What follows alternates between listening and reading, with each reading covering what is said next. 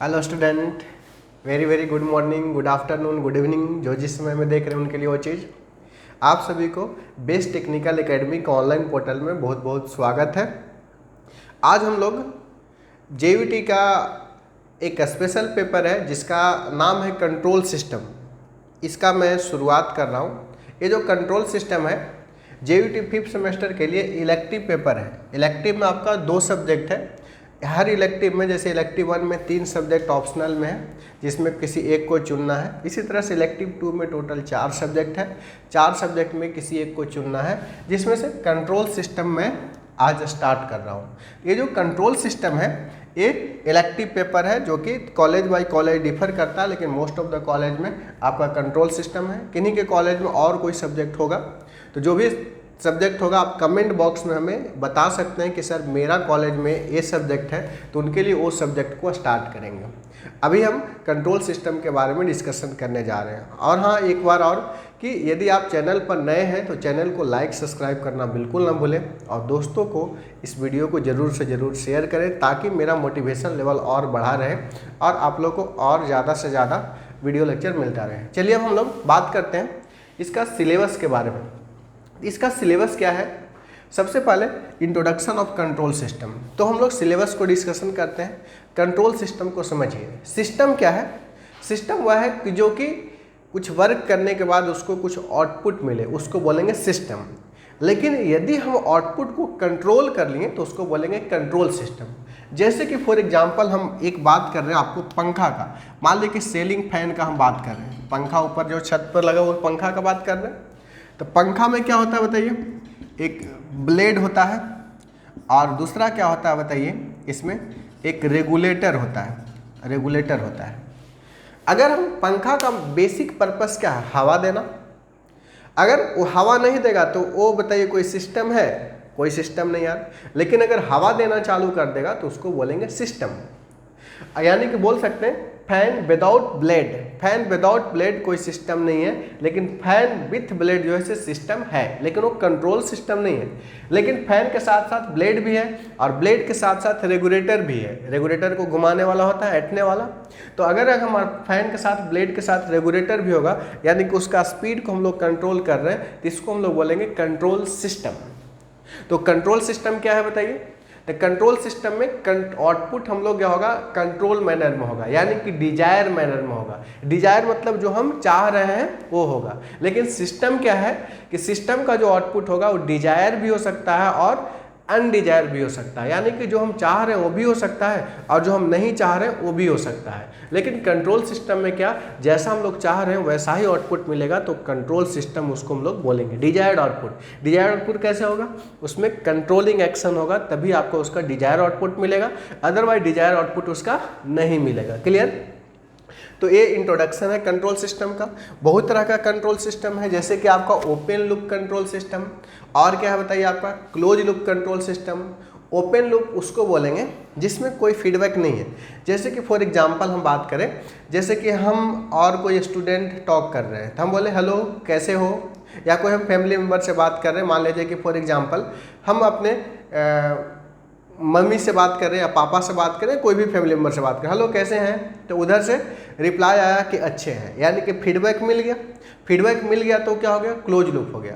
हम बोले कि कैसे हैं, तो वो मेरा बात को सुन लिए, लेकिन उधर से कोई रिप्लाई नहीं दिए, तो कोई रिप्लाई नहीं दिए तो क्लोज पाथ नहीं हुआ, तो उसको बोलेंगे हम लोग ओपन लूप कंट्रोल सिस्टम। हमारा पूछना था उनसे कैसा, हम अपना या फिर हम कुछ इन्फॉर्मेशन पहुंचा दिए कि हम कल आ रहे हैं, वो सुन लिए, लेकिन उनका रिस्पांस हमको नहीं पता चला, तो इसको बोलेंगे हम लोग क्या? Open loop. लेकिन वो भी बोल देते हैं ठीक है आइए, तो मैं चला जाता, तो वो क्या हो गया बताइए? Close loop control system. समझ गए होंगे? ये सब open loop, close loop control system, feedback system, non feedback system, ये सारे टॉपिक का डिस्कशन हम लोग और फुल डिटेल में हम लोग इस चैप्टर नंबर 1 में करेंगे। क्लियर है? अब देखिए हमारा ध्यान दीजिए, ये mathematical modelling of physical system. इसमें जैसे कि बहुत सारा सिस्टम होगा।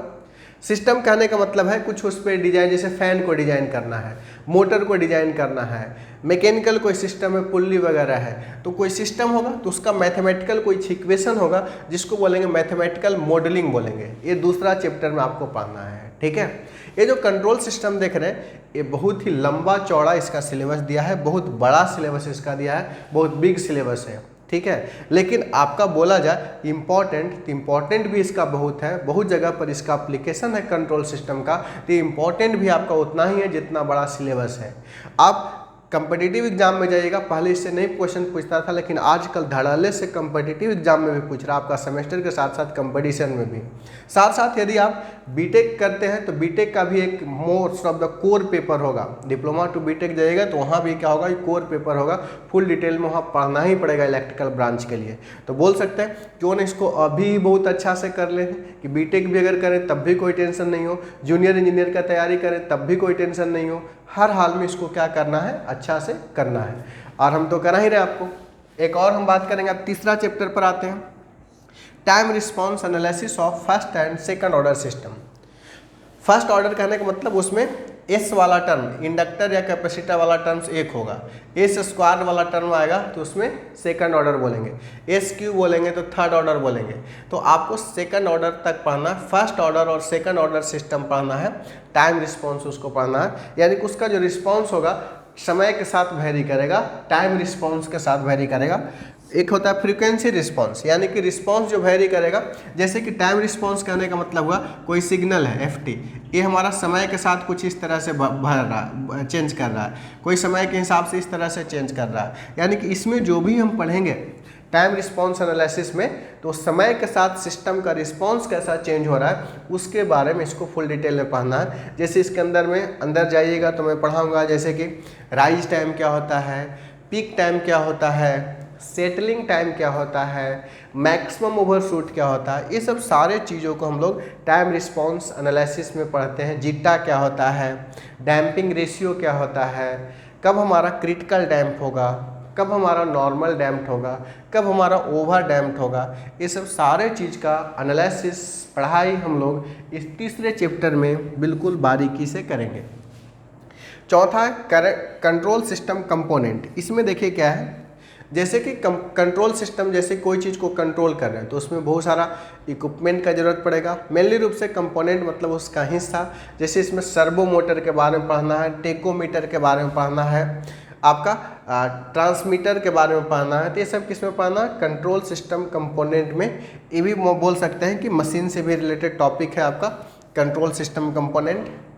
अब हम कोई भी सिस्टम है तो अगला चैप्टर में हम लोग पढ़ेंगे स्टेबिलिटी, वो स्टेबल है कि नहीं है, और स्टेबल है तो कितना स्टेबल है, कौन सा मेथड से स्टेबल है। जैसे आप स्टेबल हैं कि नहीं, एग्जाम टाइम आता है तो पागल होने लगते हैं, अभी से पढ़ाई नहीं करते हैं तो क्या होता है, उस समय अनस्टेबिलिटी आ जाता है, अभी क्या है घूम फिर रहे हैं, टेंशन नहीं है। तो ये सिस्टम कब स्टेबल है कब अनस्टेबल है, कुछ इसका भी कंट्रोल सिस्टम का भी कुछ कंडीशन होगा। जैसे आपका कंडीशन है कि एग्जाम आएगा तो ज़्यादा पढ़ेंगे, ठीक है, इस टाइप का कंडीशन आपका रहता है, पहले से कम ध्यान देंगे, लेकिन ऐसा नहीं करना चाहिए। आपको रेगुलर वे में कम ही पढ़िए, डेली 2 घंटा ही पढ़िए, लेकिन सिस्टमेटिक वे में पढ़िएगा तो एग्जाम टाइम में प्रेशर कम रहेगा और बिल्कुल कूल माइंडेड रहिएगा। और डेली अगर 2 लेक्चर भी, 5 सब्जेक्ट है, अगर डेली 2 नहीं 3 लेक्चर भी डेली लिखते हैं ना तो आपका 5 सब्जेक्ट क्लियर हो जाएगा। लेकिन पर डे आपको 3 लेक्चर 4 लेक्चर आप पर डे देखिए, ऐसा नहीं कि एग्जाम आया तो 10 लेक्चर देख रहे हैं, 15 लेक्चर देख रहे हैं, अभी से देखिए ना। हर सब्जेक्ट में अगर 1 लेक्चर देख लेते हैं तो 60 दिन में सिलेबस कंप्लीट हो जाएगा। अगर 2 दिन में भी 1 लेक्चर देखते हैं तब भी आपका मान के चलिए कि आपका 2 से 3 महीने में आपका सिलेबस कंप्लीट हो जाएगा। तो बेहतर है, कोई भी सब्जेक्ट में आपका 50-60 लेक्चर कम से कम तो होता है, किसी किसी में 60-70 भी लेक्चर भी चला जाता है, एवरेज 50-60 लेक्चर होता ही है। अब देखिए हमारा, अब पढ़ेंगे स्टेबिलिटी, सिस्टम कैसे स्टेबल है।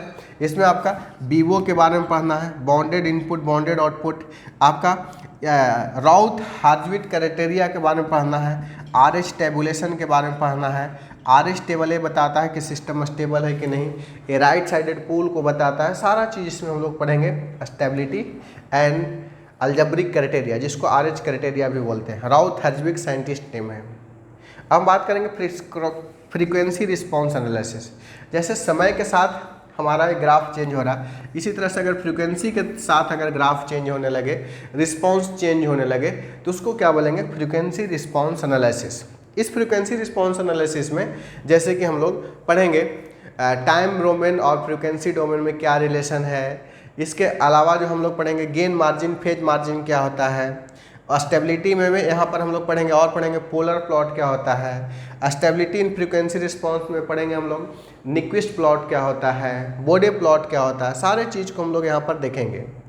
और लास्ट चैप्टर जो है ये भी बहुत काफ़ी कमाल का चैप्टर है, ये भी बहुत इंपॉर्टेंट चैप्टर है, कंपनसेटर एंड कंट्रोलर।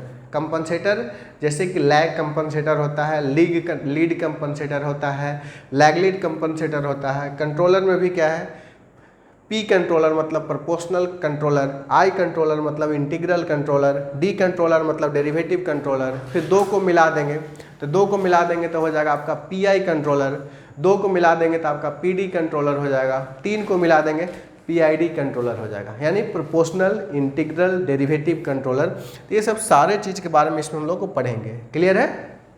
तो ये सब सारे सब्जेक्ट हम लोग बहुत बारीकी तरीके से करेंगे। ये सब सारे लेक्चर्स जो है आपका कहाँ मिल जाएगा, आपका best technical academy mobile app पर आपको सारा सिस्टमेटिक वे में मिल जाएगा। ऐसे यूट्यूब पर भी है लेकिन सिस्टमेटिक नहीं है, लेकिन यहाँ पर आपका ऐप पर क्या होगा, आपका सिस्टमेटिक वीडियो लेक्चर सारे टॉपिक का मिल जाएगा, जितना भी है इसका सारे इलेक्टिव 2 का आपका मिल जाएगा। वहाँ पर आपका वीडियो लेक्चर हो जाएगा, नोट्स आपको मिल जाएगा, वहाँ पर चैट आप लोग ग्रुप में खुद कर सकते हैं जितने बच्चे हैं, अलग से वहाँ पर व्हाट्सएप ग्रुप भी बना दिया जाएगा। तो सारा चीज़ आपका फैसिलिटी वहाँ पर ऐप में बेहतरीन तरीके का मिलेगा। तो आज ही क्या कीजिए, आप best technical academy mobile app को डाउनलोड कर लीजिए। वहाँ पर आप कंट्रोल सिस्टम इलेक्टिव 2 सर्च कीजिएगा, कंट्रोल सिस्टम सर्च कीजिएगा तो आपका सब्जेक्ट आ जाएगा। JUT भी लगा दीजिएगा, JUT कंट्रोल सिस्टम इलेक्टिव 2 हो गया 5th सेमेस्टर के लिए। आप 5th सेमेस्टर के लिए कॉमन पेपर भी आपका बना हुआ है, ये भी बना हुआ है, ठीक है। अगर फिर भी कोई दिक्कत होता है तो हमारा एक कॉन्टैक्ट नंबर है, ये जो कॉन्टैक्ट नंबर है आपका 70 50 40 30 84, इस पे आप कांटेक्ट कर सकते हैं। या फिर एक मेरा और हेल्पलाइन नंबर है 9097294991। हमारे असिस्टेंट जो होंगे आपका कॉल का रिस्पॉन्स करेंगे। तो कोई भी दिक्कत हो तो इस नंबर पर आप कॉन्टैक्ट करके पूरा जानकारी आप ले सकते हैं। कैसे कोई भी दिक्कत हो रहा है तो उसको आप पूरी अच्छी तरह से करते रहें। और हाँ, ये जो भी वीडियो अगर आपको अच्छा लगा तो कमेंट जरूर करें, और आपका कॉलेज में कौन सा इलेक्टिव पेपर है इसके बारे में भी आप बताएं, ताकि मैं उसका भी वीडियो लेक्चर्स आपको अवेलेबल करवा पाऊँ। और दोस्तों में भी इस वीडियो को शेयर करें, चैनल को लाइक सब्सक्राइब करना बिल्कुल ना भूलें। और बाकी फिर हम लोग मिलते रहेंगे, नया टॉपिक इसमें फिर स्टार्ट करेंगे, फिर आपसे हम लोग डेली मिलते रहेंगे। क्लियर? तो आज इस लेक्चर में इतना ही, फिर मिलते हैं नए लेक्चर में नए टॉपिक नए एनर्जी के साथ। Thank you all, have a nice day.